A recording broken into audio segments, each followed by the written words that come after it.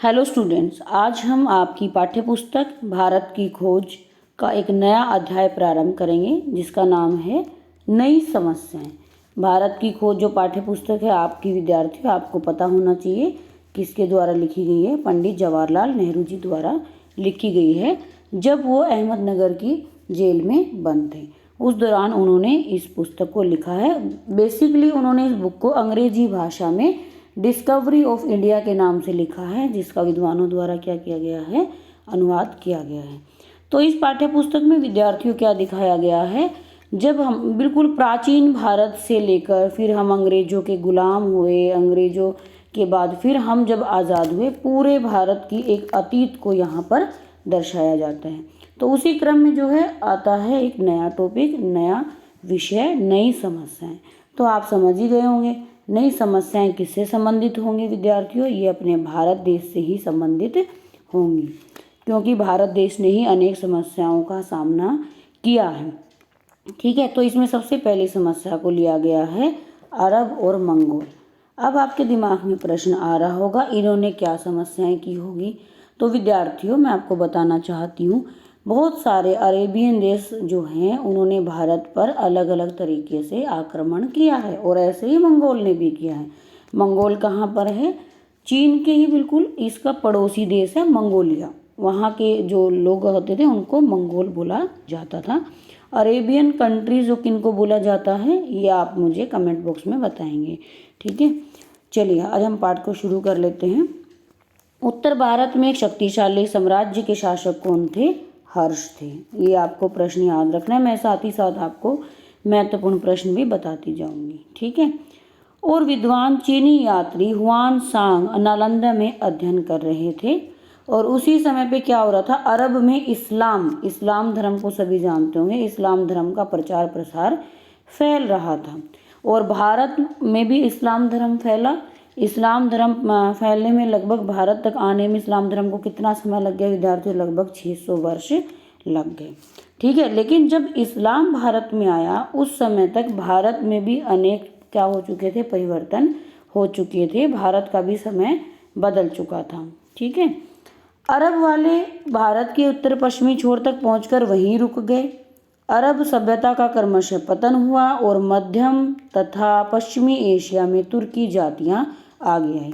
यहाँ पर बताना चाह रहे हैं पंडित जवाहरलाल नेहरू जी कि जो अरेबियन कंट्री के जो राजा महाराजा थे जो अपना विस्तार कर रहे थे, वो कहाँ तक रुक गए थे? उत्तर पश्चिमी छोर तक, यानी कि वो आगे और नहीं बढ़े। फिर आगे किसने विस्तार किया?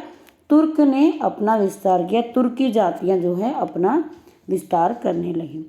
भारत के सीमावर्ती प्रदेश से यही तुर्क और अफगान इस्लाम को राजनीतिक शक्ति के रूप में भारत लाए।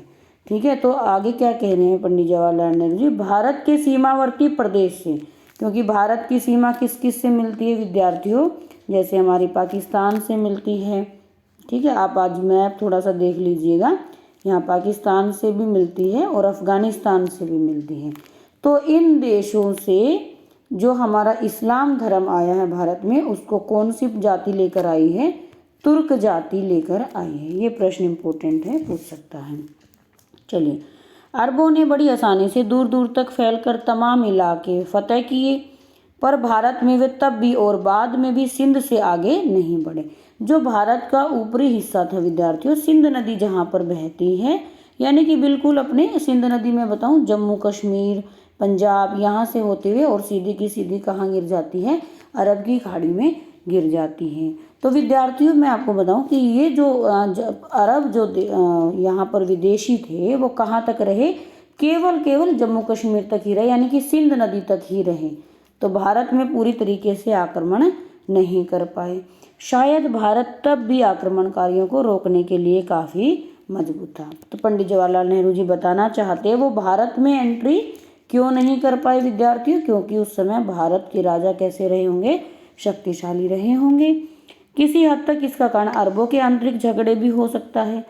सिंध बगदाद की केंद्रीय सत्ता से अलग होकर एक छोटा सा स्वतंत्र राज्य हो गया। हालांकि आक्रमण नहीं हुआ, पर भारत और अरब के बीच संपर्क बढ़ने लगा।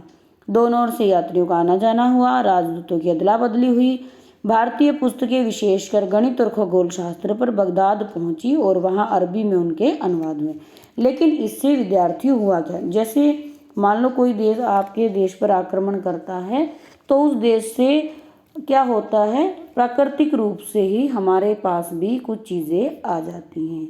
तो वही हुआ, जब सिंध तक हमारे ये अरेबियन कंट्री के लोग पहुंच चुके थे तो इनसे क्या हुआ कि कुछ कुछ चीज़ें भारत इनसे सीखने लगा और कुछ भारत की चीज़ें क्या करने लगे, अरब देश के लोग हमसे सीखने लगे। जैसे भारत की अनेक पुस्तकें, जैसे उसमें गणित हो गया और खगोल शास्त्र हो गया, वो पुस्तकों को कहाँ भिजवाया गया, अरब। बगदाद एक जगह है, आप मुझे बताएंगे, यहाँ पर बगदाद लिखा गया है, तो ये बगदाद जगह आपको बताना कहाँ पर विद्यमान है।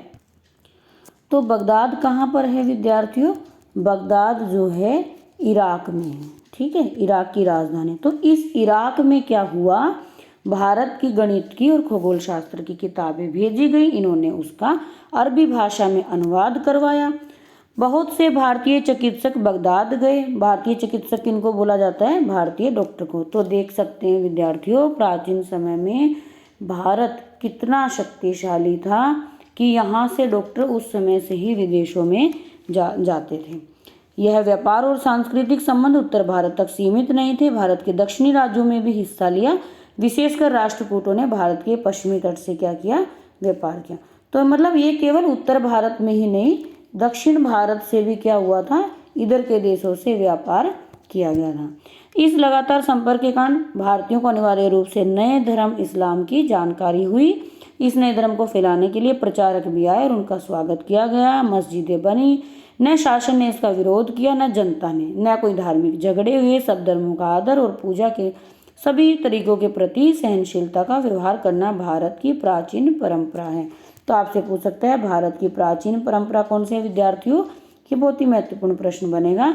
सभी धर्मों का आदर करना और सभी धर्मों की पूजा के प्रति सहनशीलता का व्यवहार करना भारत की प्राचीन परंपरा है।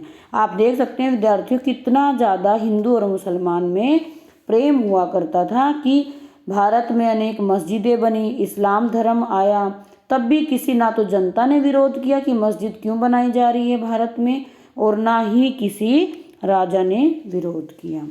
तो यहाँ से विद्यार्थियों दो ही प्रश्न महत्वपूर्ण बनेंगे। उत्तर भारत का शक्तिशाली राजा कौन था, राजा हर्ष था, एक तो ये बनेगा।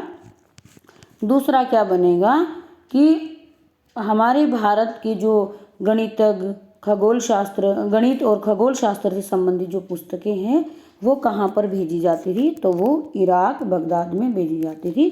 तीसरा प्रश्न बनेगा कि भारत की प्राचीन परंपरा क्या थी, तो ये महत्वपूर्ण प्रश्न बनेंगे।